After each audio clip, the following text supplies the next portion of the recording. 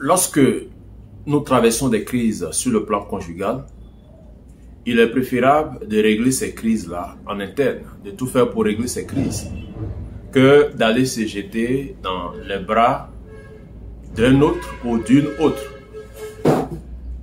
L'exemple malheureux, c'est que pour plusieurs hommes, quand il y a une mésentente, une incompréhension et qu'il y a une crise dans le foyer, ils préfèrent avoir d'autres acquaintances, c'est-à-dire avoir d'autres relations. Donc, ils se greffent à une autre femme, croyant être mieux ou être à l'aise avec cette dernière, pendant que, de façon régulière, il est marié à sa femme. Ce n'est pas une bonne façon de se comporter. En général, c'est les hommes qui se comportent de la sorte.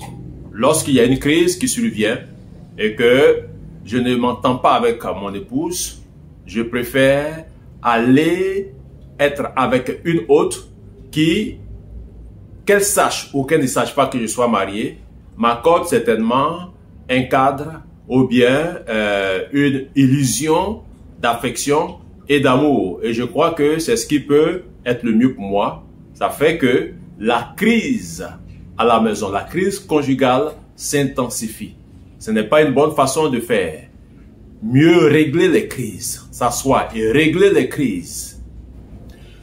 Il est malheureusement constaté que beaucoup de conjoints se comportent comme des opposants dans un foyer. Dans une vie conjugale, dans une vie maritale, dans une vie de couple, il n'y a pas d'opposition. Il n'y a pas d'opposition. Mais malheureusement, c'est ce qui se passe. L'homme est opposé à sa femme et la femme est opposée à son mari. Ceci ne devrait pas être du tout. Il ne doit pas avoir d'opposition. Il ne doit pas avoir d'opposants dans un foyer. C'est malheureux de le constater, c'est malheureux que cela existe. Alors qu'au départ, il y a un oui et il y a eu un deuxième oui. Les deux oui se sont fusionnés sans aucune contrainte, sans aucune pression. Mais comment expliquer que une fois les deux pieds dans le foyer, il y a une opposition qui naît? Lorsque l'homme ou la femme voit son conjoint ou sa conjointe comme un démon, c'est le diable qui règne. Parce que le diable ne peut régner que là où il y a des démons. Là où il y a des enfants de Dieu, le diable ne peut pas régner. Voici pourquoi il ne faudrait jamais voir ton mari comme un démon, ta femme comme un démon.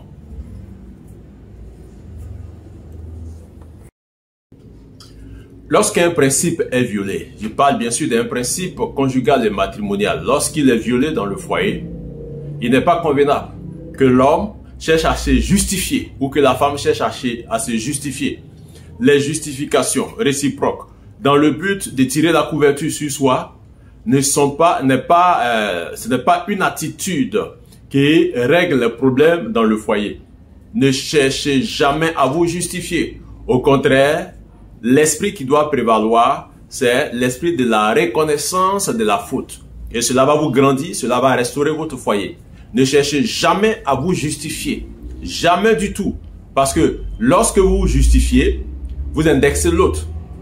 Tout à l'heure, nous avons dit que c'est comme voir l'autre comme le diable, comme notre ennemi, comme notre opposant. Ne cherchez jamais à vous justifier. Cherchez à résoudre et à régler les problèmes en reconnaissant la faute commise. Et là, nous abordons une question très fondamentale, très essentielle. La question de la sexualité dans le couple. Une femme mariée qui refuse le sexe à son conjoint n'a rien compris des rapports sexuels. Et je le répète, une femme mariée qui refuse les rapports sexuels à son mari n'a rien compris des rapports sexuels. En général, une des raisons récurrentes évoquées pour refuser des rapports avec son mari, c'est la fatigue.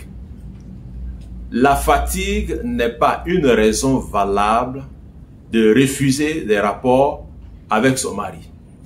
Là aussi, je le répète, la fatigue n'est pas une raison valable pour refuser les rapports sexuels à son mari. Et ce n'est même pas honnête. Qu'on soit l'épouse ou qu'on soit l'époux, la fatigue ne peut pas être une raison valable pour refuser des rapports sexuels, pour refuser le devoir conjugal. Pour ceux qui sont chrétiens, qui sont des croyants, la Bible est formelle là-dessus. Il n'y a aucune raison. La seule raison apparemment qui est évoquée, c'est que il y a une urgence autre que la fatigue. Or, sur le plan scientifique, la fatigue est résolue, est réglée, je parle des états de fatigue bien sûr, sont réglés lorsqu'il y a des rapports sexuels.